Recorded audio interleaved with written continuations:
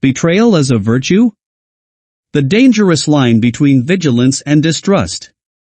By Gurubsar, Lankar Ida Baguz. In Dutch society, citizens are increasingly encouraged to report suspicious situations.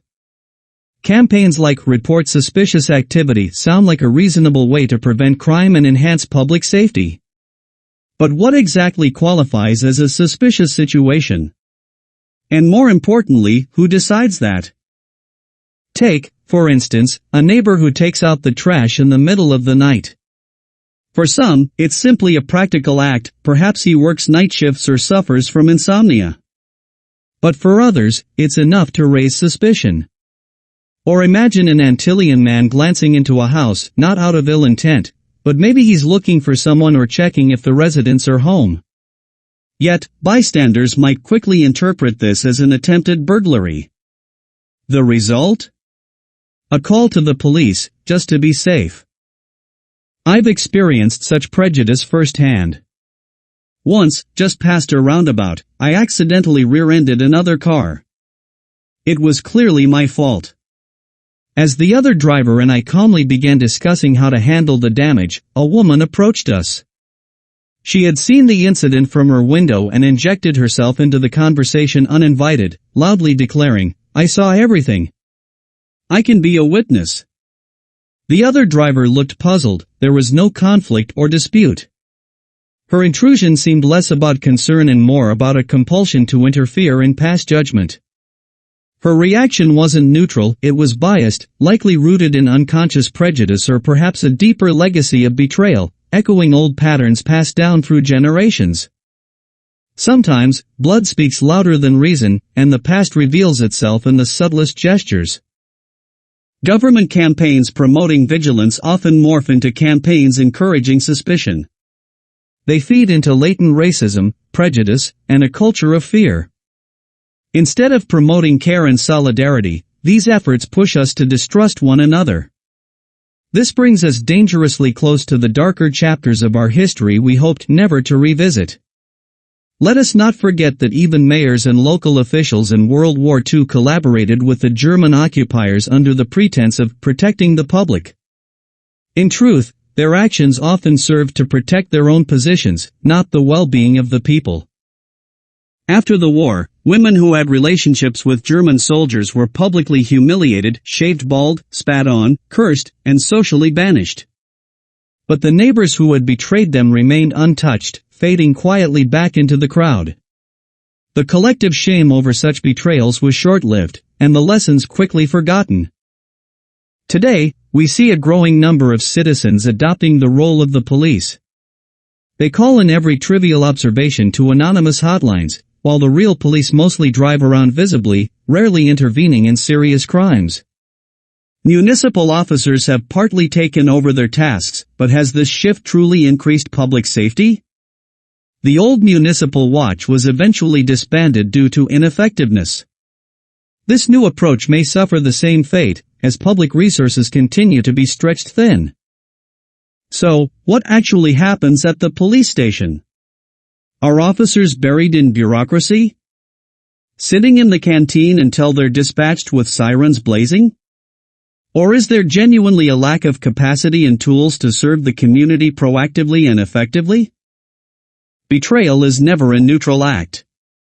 It causes moral and social harm, especially when people are accused based on vague hunches or gut feelings. I've encountered many situations that seemed suspicious: a silent car parked on the street, several people entering through a backyard, strange noises at night, or someone loading furniture into a car. These could suggest a burglary or just someone quietly moving out after being evicted due to rent arrears. People often choose to leave discreetly to avoid trouble. Calling the snitch line in such cases? No. It doesn't just feel wrong, it is wrong. I respect others' privacy. Everyone has their struggles. Even civil servants sometimes act in ways that, without their official badge, would immediately be considered suspicious. Some behave like voyeurs, which is a criminal offense. I once saw a welfare officer parked for a long time in front of a house, spying and scribbling notes. If an ordinary citizen did this, they'd be taken in for questioning. But when an official does it, it's considered legitimate, justified by orders from above. The government and legal system bear the responsibility for public safety, justice, and order. It is not the role of citizens to function as amateur detectives or informers. When that line blurs, we risk shifting from a rule of law society to a surveillance state. That the government anticipates its own failure in safeguarding security and trust becomes evident in how it asks citizens to monitor and report on one another. These calls for vigilance conceal a deeper institutional mistrust toward the people and a systemic inability to maintain order through trust incompetence. Rather than taking proactive responsibility, the state shifts the burden to the public. Think of anonymous hotlines for reporting neighbors suspected of undeclared income, noise complaints, or benefit fraud. Or of campaigns urging you to report anyone who looks different or acts oddly, without context or conversation. There are even hotlines for signs of radicalization, where teachers or family members report young people, sometimes just for thinking critically or wearing religious symbols. These indirect calls for mutual betrayal signal a failure of governance. They do not demonstrate a healthy, functioning legal state, but the opposite, a state that tries to mask its helplessness by turning citizens against one another. What is presented as civic duty is often nothing more than institutionalized paranoia. Do not lower yourself to betrayal. Remain human among fellow humans. A society where people no longer trust each other is, by definition, not a safe society. It is a society of fear where suspicion, surveillance, and social fragmentation erode human connection. Trust is the foundation of social cohesion. Once we sacrifice that in the name of false security, built on systemic distrust, we end up losing both. Then there's another issue we cannot ignore with the rise in migration and asylum seekers. Some neighborhoods have experienced noticeable increases in crime. In response, neighborhood watch groups have emerged, and some residents have installed security cameras. In a few cases, these groups have taken the law into their own hands, actions that are legally unacceptable but sometimes deemed understandable due to frustration and a lack of police presence. Such initiatives, however, cast a shadow over communities where the us versus them mentality thrives, and the risk of discrimination against foreigners grows. Exclusion becomes dangerously close to the surface. At the same time, this reveals a deeper societal tension, a growing sense of insecurity, increasing distrust between population groups, and waning faith in the government and its institutions. It is, first and foremost, the state's duty to ensure safety, cohesion, and justice, not that of individual citizens acting as guards. This responsibility lies squarely with the government. It sets immigration policy and is thus directly accountable for the consequences: housing, integration, security, and social cohesion. Yet this responsibility is often evaded.